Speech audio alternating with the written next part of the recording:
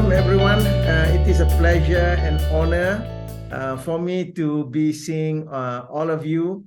Welcome to this Coaching the Inner Game. This is part of our monthly Meta Coaching System series. And as you all know, we also have the Neurosemantic Self-Leadership series as well. And you know me, I'm Mazuki. I'm a neurosemantics trainer and meta coach.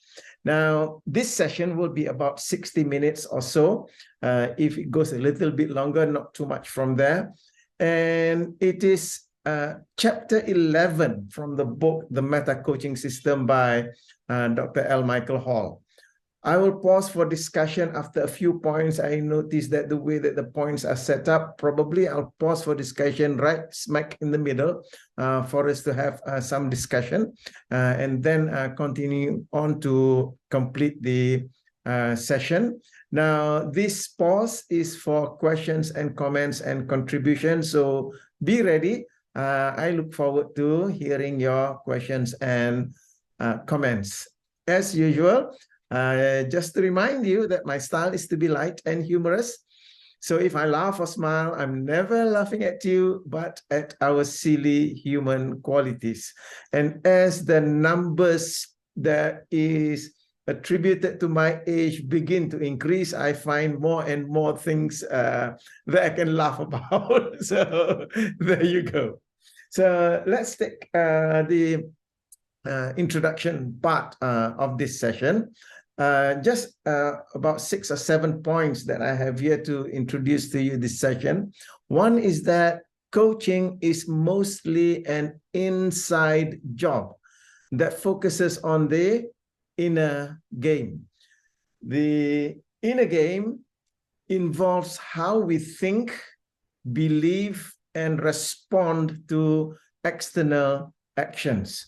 The term game refers to a set of actions, whether they are internal or external. Now, the word game was popularized in the 1960s by Eric Burns' book, Games People Play, which focused on unhealthy activities. Gregory Bateson and the Mental Research Institute popularized the term frame, which led to the development of NLP. Timothy Galway's book, The Inner Game of Tennis, introduced the concept of inner game and made him known as the grandfather of coaching.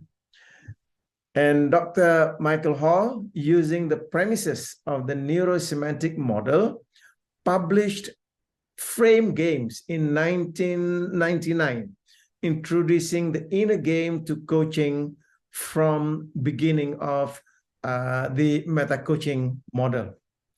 So let's take the first point, that is the inner game of coaching.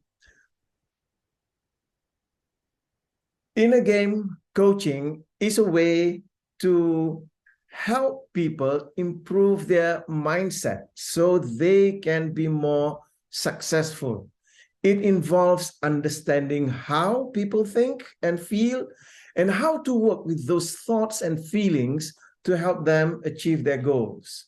Just a quick recap reminder over here.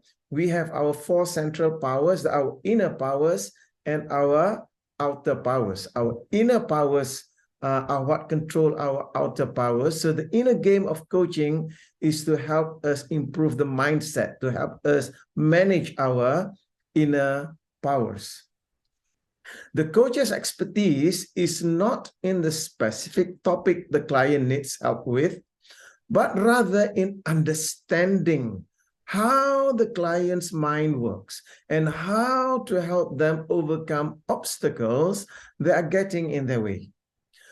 Coaches who are experts in certain area, like business or health, can sometimes be less effective because they may be too quick to give advice or tell the client what to do instead of helping them discover their own solutions. So it is on this point that sometimes when I am coaching someone whose area is very close to my experiences. So that's where I need to bite my tongue, so to speak, to prevent bringing my my frames, bringing my beliefs, bringing my ideas into the conversation, because we want the client to come up with their own solutions. The goal of coaching is to empower the client to be their own best expert, to be their own best expert, and to focus on what is truly important to them, while removing any obstacles that may be hindering their progress. Coaching is often as much about unlearning old habits as it is about learning new ones. Moving on to this next point, coaching from the know-nothing frame. When we attend coaching mastery, so this is the most oft repeated word, the know-nothing state, to coach from the know-nothing frame. A great example of this was described by Tim Galway in 2000 in his book, The Inner Game of Work. Galway, so that's the book. Galway began as a sports coach, and when he happened upon the principles of the inner game of tennis, he wrote a book by that title. The book became a bestseller, not only because he was excellent for those who wanted to learn tennis, but also for anyone who wanted to handle one's inner game about 1,000 other subjects. So in this book, Galway describes coaching as an area of expertise that he knew nothing about. What he did know was how to work with a person learning and developing a new skill. So in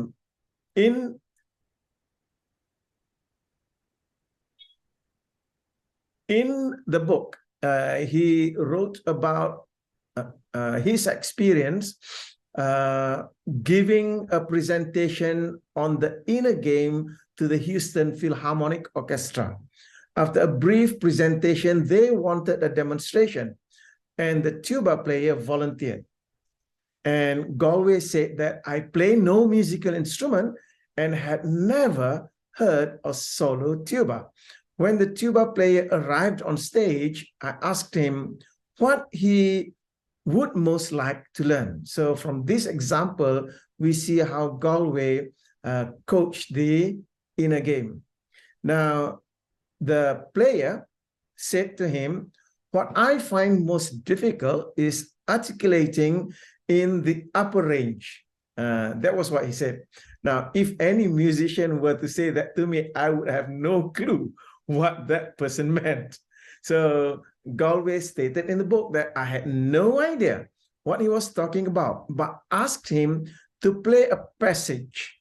It sounded good to me, but he, the player, shook his head, obviously not pleased with his performance. And Galway asked, what did you notice? So that was the question. What did you notice? Knowing that he didn't really have to know anything himself, because he, Galway, was going to rely on the player's knowledge. And the tuba player answered, it wasn't so clean.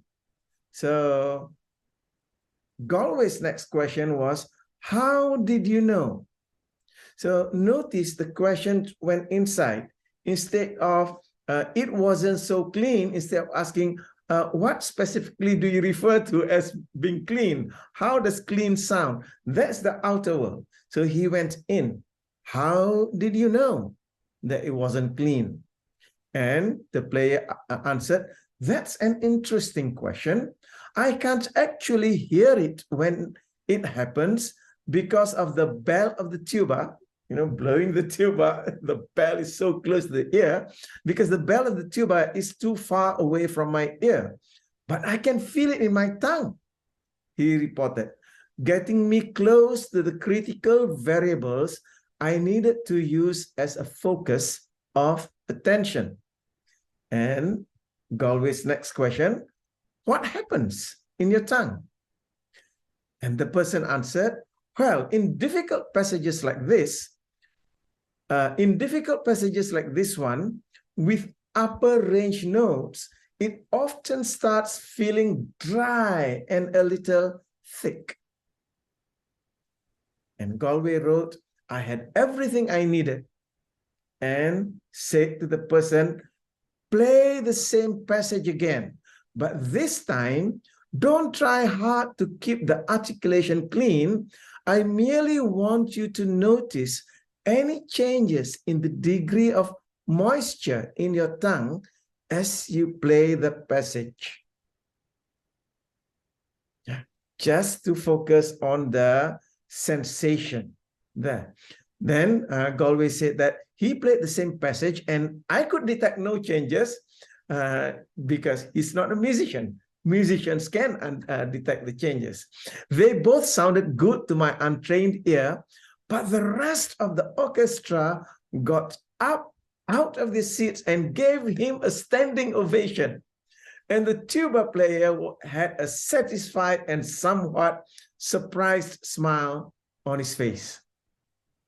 Without showing any particular interest in his results, I asked him when he noticed about his tongue. I asked him what he noticed about his tongue as he played the passage. It stayed moist the entire time. He said, and it never felt thick. So this is the sensory-based sensation he was experiencing. Why do you think that way? So that was his next answer. I asked, though I was already formulating an answer in my head. And the tuba player replied to him, I felt more relaxed. The pressure was off. And when you said, don't try hard for clean articulation, and I was very curious to notice what was happening with my tongue. And Galway wrapped it up by saying to that person, maybe when you feel the pressure, the anxiety dries out your mouth, your tongue a little, and makes it feel thicker. There isn't much pressure when you are focused on what's happening. You just let go of a little fear and you knew what to do. So that's the example of the coaching from the know-nothing frame, that he stepped away from whatever that he may have thought or assumed about playing, and just went in to coach this person, letting the person tell him what's happening. So instead of being driven by expectations, he's just helping that person to notice his thinking, his feeling, his sensing, and then making changes from there. Okay, so let me just pause here so that I can invite any questions or comments from that description that Tim Galway made. So go ahead.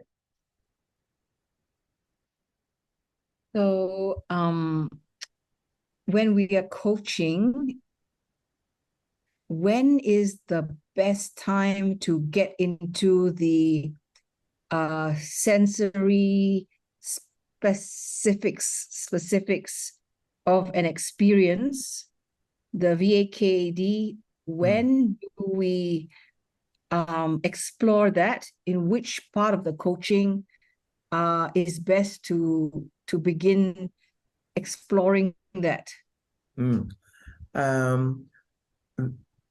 My personal experience is there is no hard and fast rule. However, mainly I would go for getting the person into context. So the person needs to describe what's happening in the primary state, what's happening there, and from there to get them into that state. So once they have that notice that state, then the moment we go meta, you have that state grounding them to the particular event. So for me, it's all about at the very beginning is when I would want to ask them, so how does that feel, and noticing that in your body. Once the person is grounded in the has the state grounded to the event, then we are moving up into the metaverse. Nice metaverse. Yeah. Yeah. Okay, thank you. Yeah. Otherwise, as they move along the coaching conversation, other states may come in, and then to go into those states will cause us to go into a spin. So asking the question, so how does that make you feel, and all that may not be resourceful for the person, because it may take us away from the energy of the meta levels. Yeah, so typically just to ground it, to get the body to know how it feels when they are facing that particular issue, and then just going up from there. But it's quite amazing how what Galway managed to coach that musician to become aware of his senses, his tongue, his saliva, his mouth.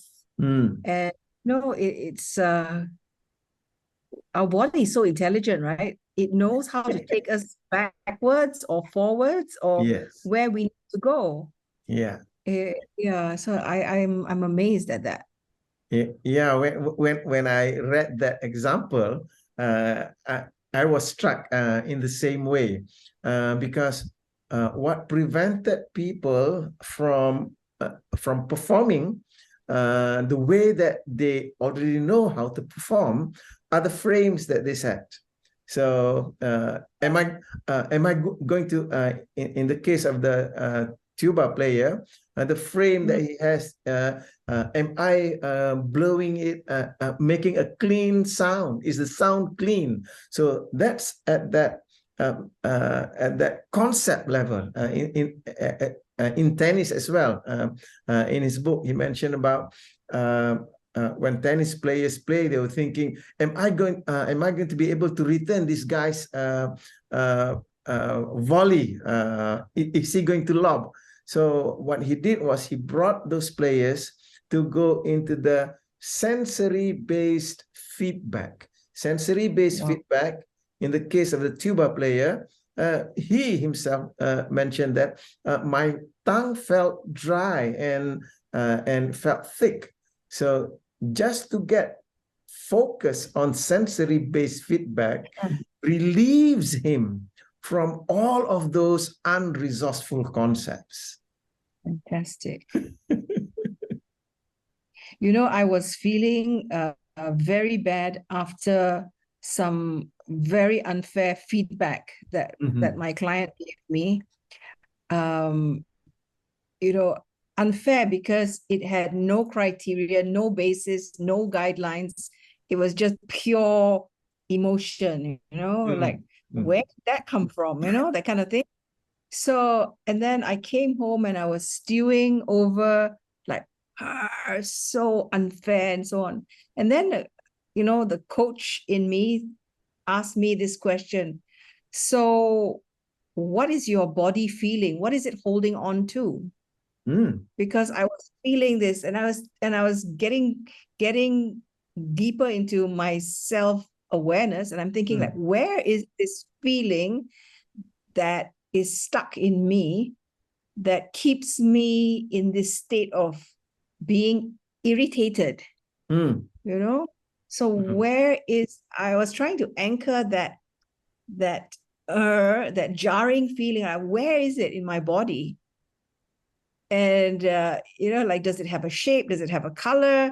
Is it stuck in my shoulders? And saying, why are you holding on to this? What is it that you believe about what happened that makes your body react this way? who has it? You have the emotion, or does your emotion have your body? So it's like, I'm fighting with myself. Okay, okay. So you created a dragon state. Yeah, I'm guessing, but it's if you really think about it, our bodies are so intelligent. It's talking to me. Yeah. My sensations was talking to me, like it's not fair, and and then then the executive mind has to take over. Yeah. And say, hey, what's going on? Yeah. Are you going to hold on to, is my body going to hold on to that set of unfair judgments, or are you going to let it go? Are you going to keep it, or are you going to let it go? So I'm like fighting my mind and my body is like right. yeah. Thank you. But Thank you. to get aware that there's two of me is wow. Like your tongue and your saliva, and what his tongue was doing is amazing. Yeah. Right. So luckily there were only two of you. How about if there are 3 or 4 of you? Psycho. Psychobabble. What do they call it? Schizophrenia. Okay, thank you, Tessie. And before we move on, just like to say welcome to Usman. Thank you, Usman, for joining us.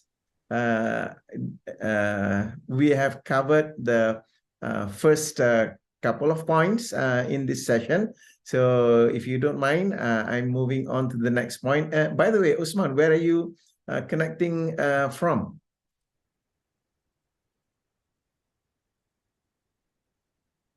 We don't have sound yet.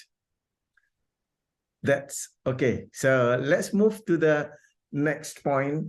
This point basically, to a certain extent, just debriefs the previous description that Tim Galway experienced. So the secret of coaching the inner game. Now, what did Galway do in that example? What is the secret about the inner game and coaching to the inner game? Now, the secret is awareness and awareness questions. Yeah, to be aware of the client and asking questions about what comes up from that awareness. The thing to notice is how he did not give advice. Instead, he asked questions which drove the client to start noticing in the here and now moment what is occurring presently. He asked awareness questions. What were those questions? What did you notice? That's the question that he asked. And when the person, the player mentioned that he noticed that his mouth went dry, his tongue became thick. So he asked that question, what happens in your tongue? So it's about the awareness of how he is experiencing it and asking questions from that. And the client access a state of just noticing awareness. So noticing what he is experiencing. The dynamic within such questions is that it forces the client to become uniquely aware, and with certain awareness questions to become aware of things typically outside of conscious awareness. I mean, without Tim Galway asking those questions, the tuba player would not have really noticed how his tongue was responding to the situation. Now, this becomes especially powerful when you, as the coach, direct a client's awareness to focus on factors and variables of his experience that govern the structure of that experience. In the case of the tuba player, that when he have a sense that he's playing well, his mouth was moist. When he had that sense that he's not playing well, he felt it dry and thick. So, and identifying the variable of that that governs the structure of the experience. So when you direct the person's focus on how she represents something in what representational system, with what meta program, at what level, and so on, this invites the client to step up into the level of awareness of processes, which will then enable her to access what's been unconscious. The person is doing things from this unconsciously doing what they have been doing very well. To bring them to the next level is to bring that awareness or consciousness to what they are doing.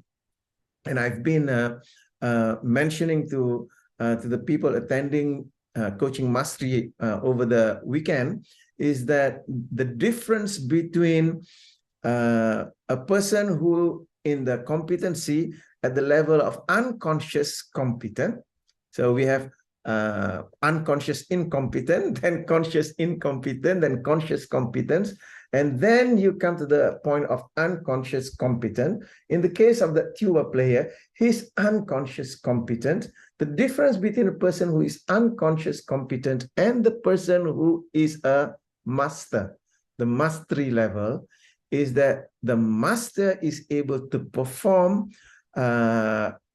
exceptionally well, and the master is also aware about the processes that he takes in order to perform at that level. So asking the question of awareness gets the person to be aware of the processes. Once they are aware of the processes, then they can make changes in those processes in order to achieve a higher result. So this wonderfully fits the NLP communication model, which began with Fritz Perls' mandate: lose your mind and come to your senses. If, let's say, the tuba player were to bother himself with all the thoughts about my music is not clean and all that, he'll get stuck up there. Yeah. So what Galway did was come to your senses, noticing how your body is responding and noticing the difference that makes the difference and make the changes from there. So for Perls and Satir and many others, the ability to move from evaluative language and awareness to sensory awareness enables us to get out of our heads and meta levels of evaluations and recover the actual facts at the sensory level of experience. So the issue is our evaluations were ill-formed that prevented us from performing. In that case, we need to get back to our senses, to the primary level, to notice what are the evidences, the primary level evidences the senses are telling us and working from there. To that end, we use the meta model of language to take our language back to the representational level. This invites a new level of awareness. In NLP, all of this has led to sensory awareness questions. And here are some examples. What are you aware of when you experience X? When you experience disappointment, when you experience frustration, when you experience that anger. So what are you aware of when you experience that? What are you seeing? Is it in color or black and white? Is it close or far? Large or small? What are you hearing? What is the volume, the tone, and the tempo of those sounds? What are you sensing kinesthetically? Is it cold or hot? Is it smooth or rough? So going into the sensory rep system to get the raw data, to be able to fully understand that, because our conclusions at the evaluative level are misinformed and we are making wrong conclusions up there, so that we need to lose that, go back into our senses and to take in that raw data and to re-evaluate from there. So in meta coaching, we focus on asking awareness questions. We take this to the next step in meta coaching by focusing on asking awareness questions. Awareness questions, given what you have just said, what are you aware of as you said that? What else are you aware? What do you realize now about your experience with X? So this is how we are bringing people away from their concepts. Is the concepts that hurt them, as Michael has been repeating over these last few months, that it's our concepts that are hurting us. It's not out there. What's inside here is hurting our performance. It's hurting our state. So when we experience the, certain concepts that hurt our states, then to go back to the sensory level to notice exactly what's happening there. In that way, we can build new concepts. So moving on to the next point, that is the art of coaching the inner game. That coaching helps people unlock their potential and use their inner resources to achieve their goals. So we are talking about transformational coaching. So it is not just about what they are doing. We are going into how they are forming things in their mind that's preventing them from doing what they need to do. So to be able to unlock those potentials so that they can use their inner resources.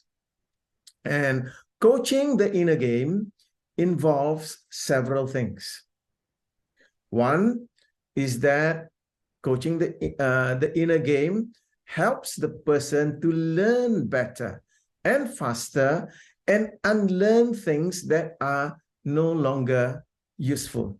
So that's why frequently we ask our clients, is that way of thinking useful to you? How does that benefit you? So if it doesn't benefit you, what are you going to do about it? So that is an opportunity for unlearning something that has proven unuseful to them. So before they can take on the new one, they need to get rid of the old ones that are holding them back. Identifying the person's talents and skills and helping them develop those in a specific context. So this is where, as a coach, it makes more sense that we do not have specific detail about that particular skill that they need to develop. We focus on the skill of facilitating the thinking, because what we don't want is to bring in our talents and skill to help them solve the problem. We need them to bring out their talents and skill because they need to develop that.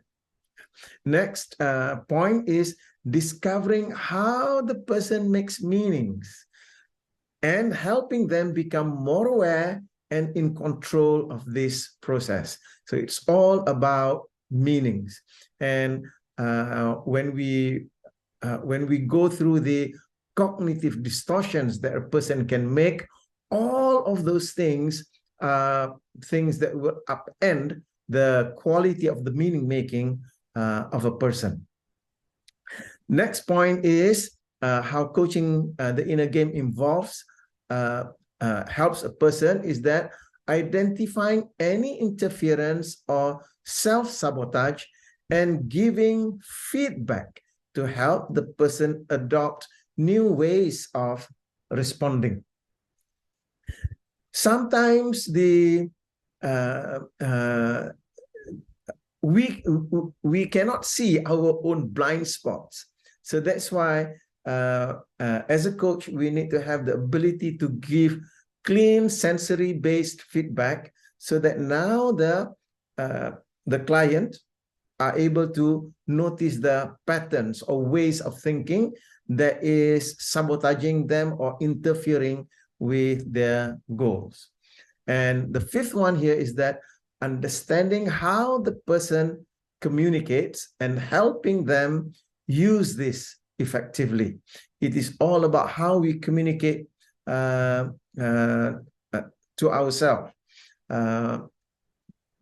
Most recently, I was watching a video, I think it was on Instagram, about this highly successful serial entrepreneur, built several companies, and he was talking about the role of the CEO is specifically to inspire the people.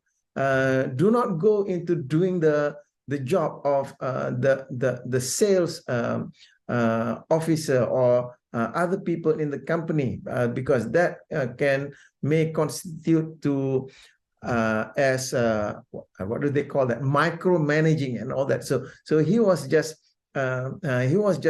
saying that if you're the CEO of the company, focus on inspiring your people, bringing them towards their to the vision of the organization. So someone asked my opinion about it, and I said, okay, so it is all contextual. You can do that, and there are situations when you cannot do that. So the first question that you need to ask is, what size company are you leading? Is it a company of 5 people, 50 people, or 500 people? Wouldn't that make a lot of difference? How about the competency of the people in the organization? So when do you lead, and when do you go in and supervise, depending on the competency of the people? So this is how we need, as a coach, we need to go into the way that the person is communicating to themselves. So as we understand from the meta model of language, we bring in information. There's that part of deletion, generalization, distortion taking place. So all of those impacts the way that they are communicating with themselves. So it's that communication that's hurting their performance. So that's why as a coach, we need to understand how the person communicates with him or herself, and to help the person make some changes there, at the same time to help them to use the way that they are communicating with themselves in a more resourceful way. Okay. Then number 6 here is that helping the person act on what they know and close the gap between knowing and doing.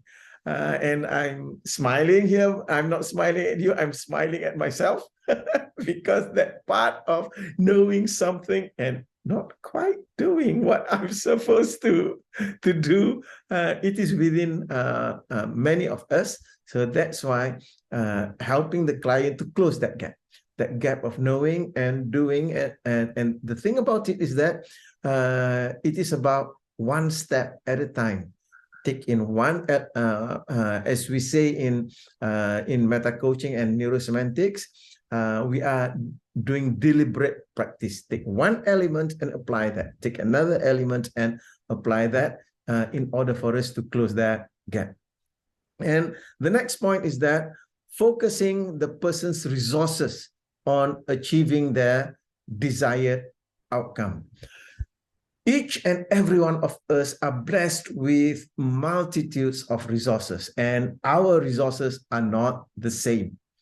So you have highly successful people who are able to do the things that they can do because they have certain set of resources that they are utilizing effectively.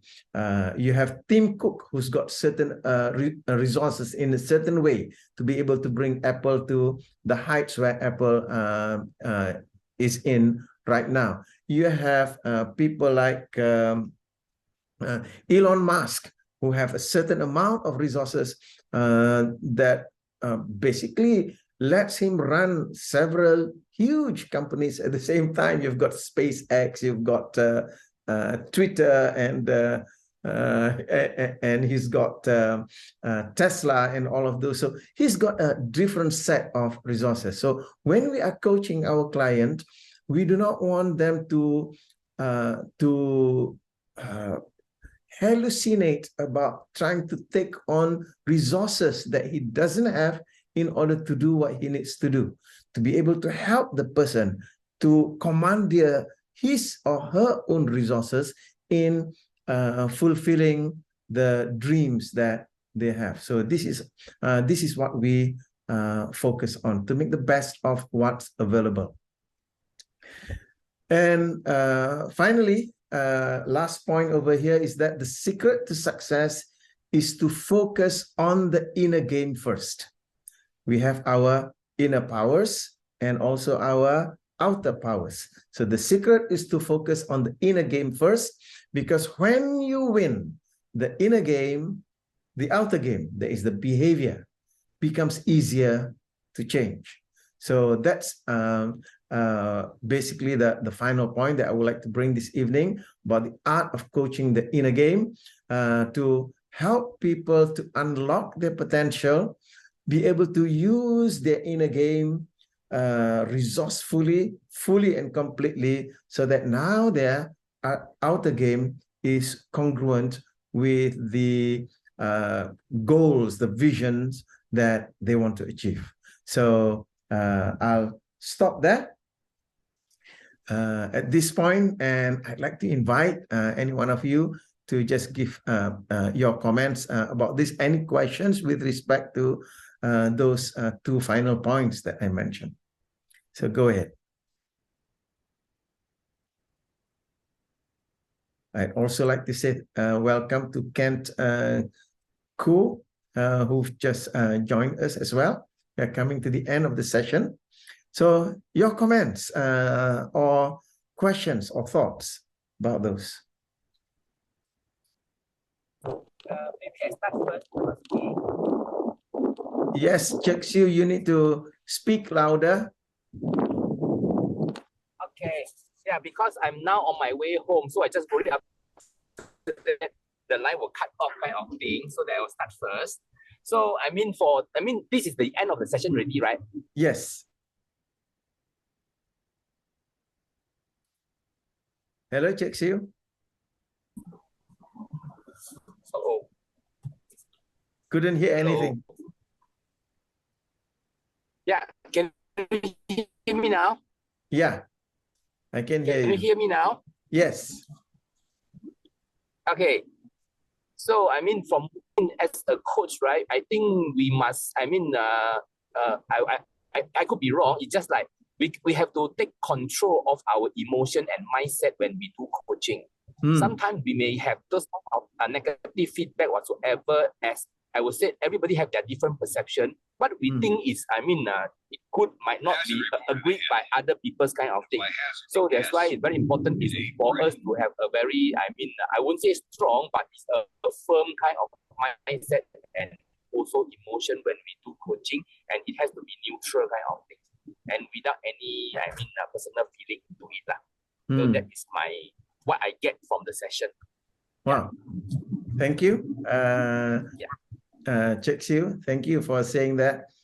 Just reminds me about the class that I had last Sunday. It also relates to what you're saying over here. In neurosemantics, we talk about the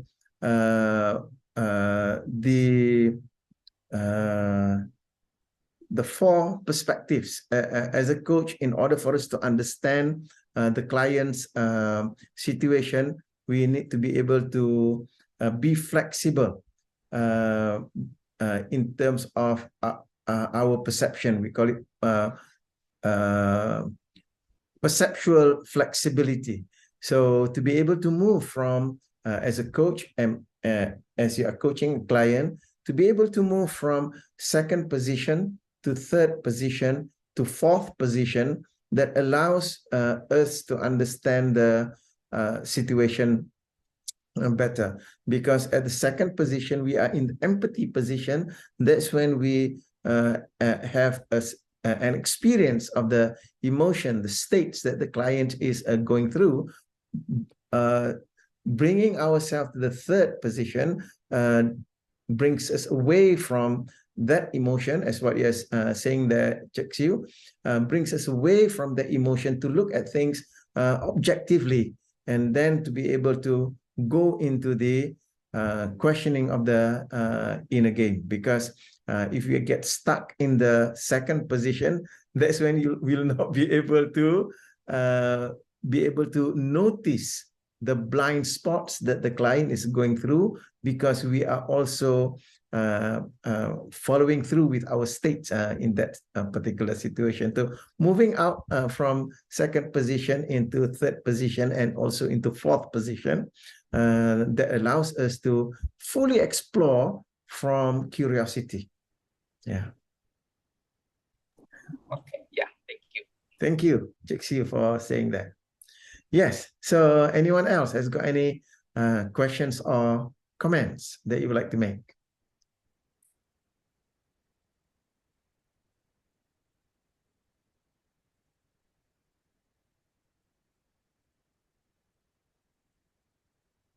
No comments? Then I take it that everyone is good with that. So what we did was we covered 4 main points. One is we covered on the point on the inner game of coaching. The second point was on coaching from the know-nothing frame. The third one was the secret of coaching the inner game. And the fourth point, the art of coaching the inner game. Now, before we wrap up, I would like to invite each and every one of you, what is your takeaway from this session? I would like to know that. It will be useful for me. So I'd like to go one by one. If you have the ability to access your mic, please let me know. I'd like to start at the very bottom of my screen. Kent, do you have anything that you'd like to share? What it is that you took away from this session today?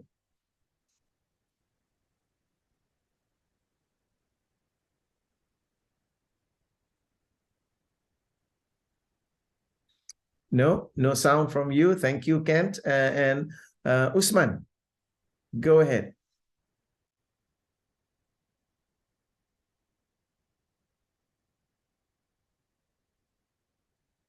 No audio as well.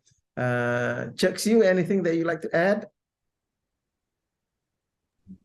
Yeah, I mean, to me, that's like, as a coach, I think when before we go and see our client, I think we really have to so-called cleanse our emotion and our mind kind of thing. We go with very, very clean and clear kind of mind and emotion, so that we don't have any like bias or prejudice or whatsoever kind of things. Then only we can start the coaching. That is I mean, I don't know whether I'm out of scope, but this is what I get from this session kind of thing. Yeah. Yeah. Thank you, Chek Siu. Thank you for that. And thank you, Kent, for putting your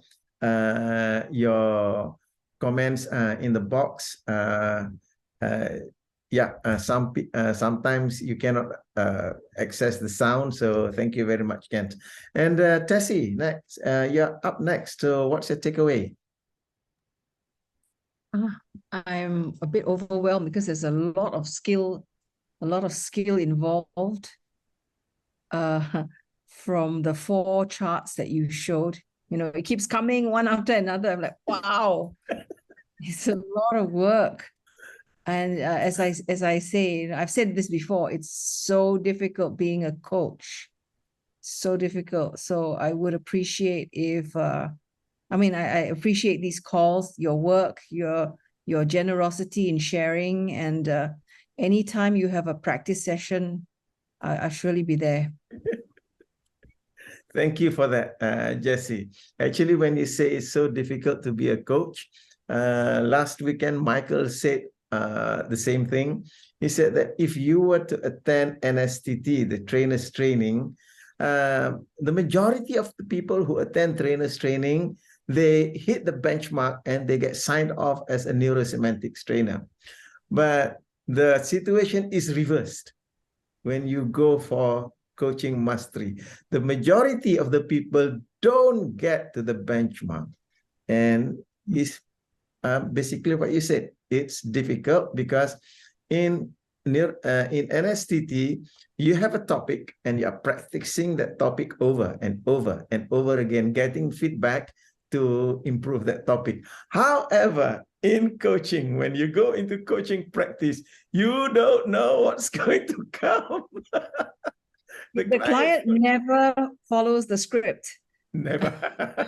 The client comes at you with all kinds of things, and you're thinking, what's going on? So I salute you, Marzuki. You're very, very, very good. Thank you. I'm just learning. I'm just learning as well, same as all of us here. So thank you for that, Tessie. And Guat Cheng, what's your takeaway for this evening? Thank you, Marzuki. Thank you, Tessie, and also Chek Siu for the insightful insights. My key takeaway is you mentioned something, asking awareness question. My key learning is, as a coach, we can ask a right question to get the right answer that will help the client to find the ways to find the answer by themselves. Yeah, the right question is very important. Yeah. Yes. Yeah. Thank you. So that's our job. Traveling with the client in their metaverse, and then coming up with the questions that allow them to unleash themselves. So thank you for that, Guat Cheng. So coming to the end, just a couple of points that I want to share with you over here with respect to just to summarize what we have covered today. One is that coaching can help people achieve their full potential, and especially for those who don't know what their potentials are, they'll be very useful as well. Next is that true coaching happens when the coach helps the person with their inner game, which means helping them learn, discover their talents and skills, find their meaning and purpose. So that's the inner game. Meta coaching is a specific kind of coaching that focuses on the inner game by helping the person examine their beliefs and values, and it can lead to transformation and peak performance. Coaching can help people create new habits and behaviors that become automatic, leading to long-term success. So with that, we've come to the end of our session this evening. Just one announcement that I would like to make. This is with respect to coaching mastery. Michael will be here on the 16th to 24th of June. It will be at the Bangi Resort Hotel. That's where we'll be having our the coaching mastery. So for those people who have not started on the pathway to coaching mastery, there are two prerequisites to it: the coaching essentials and coaching genius. So coaching essentials, I'm currently running the program. Last weekend and this weekend, I'm completing coaching essentials. However, because there's a request, so I'm putting up an additional coaching essential in April. I hope that I won't collapse in the classroom because it will be in Ramadan. Oh dear. But no worries. I've done it before, but before I was a little bit younger. No, just kidding. No worries. So because of time is so short, I decided that I'm going to run one session for those people who are not able to attend the series that I'm doing now. So those are 4 straight days on coaching essentials. Then coaching genius will be in May.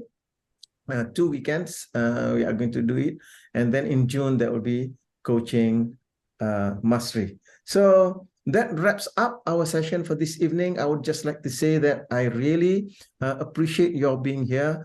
I really value your investment of your time, your energy to be here. And it is such an honor for me to be able to serve you in this way. So with that, I say thank you and have a good night. And may you have a wonderful night and days and weeks to come. So thank you very much and I hope to see you again. Thank you. Bye. Okay, thank you. Thank you, Bye-bye. Mas Zuki. Thank you. Bye-bye. Thank you.